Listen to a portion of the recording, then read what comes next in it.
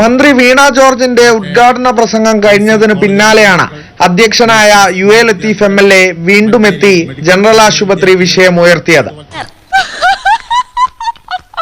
General ആശുപത്രിയുടെയും medical കോളേജിന്റെയും നവീകരണത്തിനും വിപുലീകരണത്തിനും വേണ്ടി 50 acre സ്ഥലം ഇവിടുത്തെ ഹോസ്പിറ്റൽ ഡെവലപ്മെന്റ് കമ്മിറ്റി കണ്ടെത്തിയിട്ടുണ്ട്. അത് ഏറ്റെടുക്കണമെന്ന് അഭ്യർത്ഥിക്കുകയാണ്. വേദിയിൽ നിവേദനങ്ങൾ വാങ്ങുന്ന തിരക്കിലായിരുന്ന മന്ത്രി വീണ ജോർജ് വീണ്ടും മൈക്കിനരികിലെത്തി.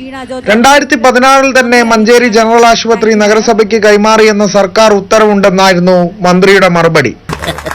നമസ്കാരം. ഇതിനെക്കുറിച്ച് രണ്ടു വാക്ക് പറ. ഇതിനെക്കുറിച്ചാ പ്രിയപ്പെട്ടവരെ, ഇത് വളരെ നല്ലൊരു ഇതാണ്. ഇതിനു വേണ്ടി എന്റെ എല്ലാ ഇതും ഞാൻ നൽകും. പറഞ്ഞൊരു കാര്യത്തിൽ ഒരു വ്യക്തത. 2016 ഓഗസ്റ്റിൽ നമ്മുടെ വിവിധ ജനറൽ ആശുപത്രികൾ തദ്ദേശ സ്ഥാപനങ്ങൾക്ക് വിട്ടുകൊടുത്തപ്പോ അതിൽ 11ാമത്തെ ഇനമായിട്ട് ജനറൽ ആശുപത്രി മലപ്പുറം മഞ്ചേരി മുനിസിപ്പാലിറ്റിക്ക് വിട്ടു നൽകിയിട്ടുണ്ട്. വീണ ജോർജിന് അരികിൽ തന്നെ നിന്നുകൊണ്ട് വാസ്തവവിരുദ്ധമായ കാര്യമാണ് മന്ത്രി പറയുന്നതെന്ന് നഗരസഭാ ചെയർപേഴ്സൺ VM സുബൈദയും പ്രതികരിച്ചു. ഒരു അവ്യക്തത വേണ്ട, അത് അന്നത്തെ ഓർഡർ ആണിത്.